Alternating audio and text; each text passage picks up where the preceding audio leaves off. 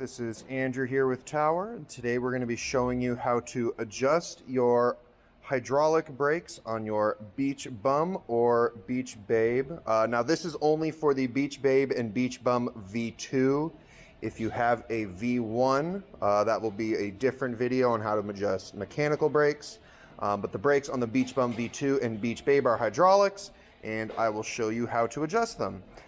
For the adjustment for tools needed, it's pretty simple. All you'll really need is a 5mm Allen hex key, and it's also helpful to have a flashlight, just something to help illuminate. And so I will get to it. Now, one of the nice things about hydraulic brakes is they don't need quite as much regular adjustment as mechanical brakes. Mechanical brakes need to adjust them all the time so you continue having good braking power. With the hydraulic brakes, with the hydraulic system, you get pretty reliable braking power most of the time, and really your braking power is done during a brake bleed, which we will cover in another video. Now for hydraulic brakes, really the only adjustments you need are if your brakes are really rubbing a lot. So like this bike here, I don't know if you can hear it, but it's definitely rubbing on one side here. And if your brakes are rubbing, it's really not the end of the world, unless it's a really drastic rub. But rubbing, for most of the time, it'll prematurely wear one of the sides of the brake pads a little bit sooner than the other, but not by a drastic amount. Most of the time, it's just sort of annoying noise as you're riding more than anything. But besides that, I will show you how to adjust it. So if you look at your hydraulic disc brake, you will see that there are these two mounting bolts here that mount it to the bracket, which is mounted to the fork. The bracket doesn't need any adjustment, basically just mount straight on, but this hydraulic brake does have a little bit of adjustment to it, so it does matter where you tighten it down. So to get your disc brake adjusted, what you're going to do first is you're going to take that 5mm Allen key, and you're just going to loosen the top and lower bolts here. And you don't need to unscrew them a lot, just a little loose, so the brake can have some play and move back and forth. So there's two ways that you can do it. One way is sort of the optimistic approach that it'll get the problem solved. And if it does not solve the problem, then I will show you how to do the still fairly easy but a little more tedious way to adjust it. So these hydraulic brakes are sort of self-centering. And when I say self-centering, it's that there are two pistons on either side of the brake. So when you squeeze the brake, they come out at equal rates from either side.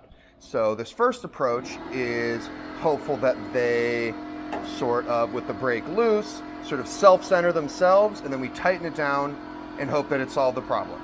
So to do that, we got our two bolts loose, and then what you're going to do is you're going to need to spin this wheel and then lock it up, and then give it another spin, lock it up, spin, lock it up. And on this last spin, keep it locked up. And while you're holding that brake lever, just tighten these two bolts down. Now, like I say, optimistically, is this brake should be adjusted and centered and we'd be good to go. Now, that's not necessarily always the case. I'd say it works about 50% of the time. So we will see here if it worked.